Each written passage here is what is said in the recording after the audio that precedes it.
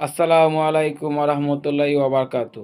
সুপ্রিয় দেশবাসী, আমরা সকলেই জানি ফিলিস্তিন এবং গাজার উপর যে মানব ইতিহাসের বর্বরতম জেনোসাইড চলতেছে। এই জেনোসাইডের বিপক্ষে আগামী 12 এপ্রিল শনিবার প্যালেস্তাইন সলিসিটার ডি মুভমেন্টের আহ্বানে দল মত নির্বিশেষে বাংলাদেশের এক ঐতিহাসিক মুভমেন্ট অনুষ্ঠিত হবে। এই মুভমেন্টে আগামী শনিবার 12 এপ্রিল প্যালেস্তাইন সলিসিটার ডি মুভমেন্টের আহ্বানে এই প্রোগ্রামটা আমি থাকবো ইনশাআল্লাহ।